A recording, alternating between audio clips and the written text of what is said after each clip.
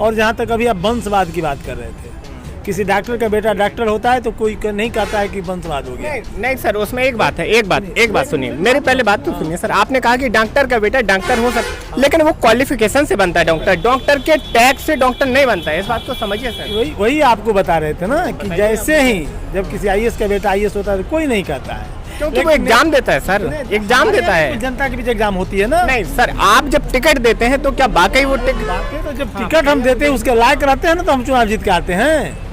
हम जब उस लायक रहते हैं जब वो आदमी काम करता है।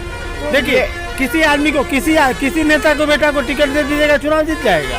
ठीक है, मैं ये कह रहा हूँ कि जब पार्टी में हजारों कार्यकर्ता होते हैं जिन्होंने जमीन में काम किया होता है, लंबे समय से पार्टी के लिए बहुत कुछ दिया होता है, अचानक से विधायक का बेटा बाहर से पढ़ के आता है और उसे उसकी योग्यता पे सीधा टिकट मिल जाता है, आप मुझे बताइए। देखिए, वंशवाद की राजनीति में कोई परिभाषा नहीं है। जब हमारे यहाँ पर प्रभुनाथ सिंह जी के यहाँ विरोधियों लोग कहते थे कि इनके यहाँ तो विधायक बनाने का कारखाना खुलता है। ये आपको याद होगा कि उनके पास 26 विधायक थे।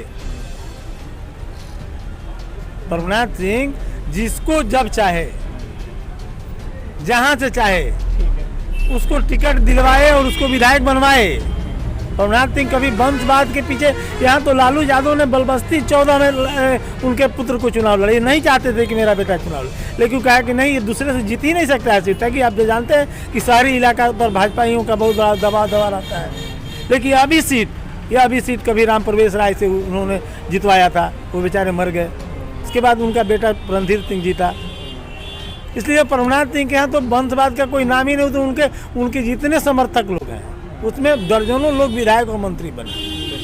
अगर वंशवाद करना रहता तो गौतम सिंह मंत्री बने, उस समय उनके छोटे भाई केदारनाथ सिंह भी विधायक थे, चाहते तो अपने भाई को मंत्री बना देते, लेकिन उन्होंने कहा नहीं, गौतम सिंह ही मंत्री बने, गौतम सिंह को मंत्री बनाए। प्रभुनाथ सिंह का कोई वंशवाद नहीं।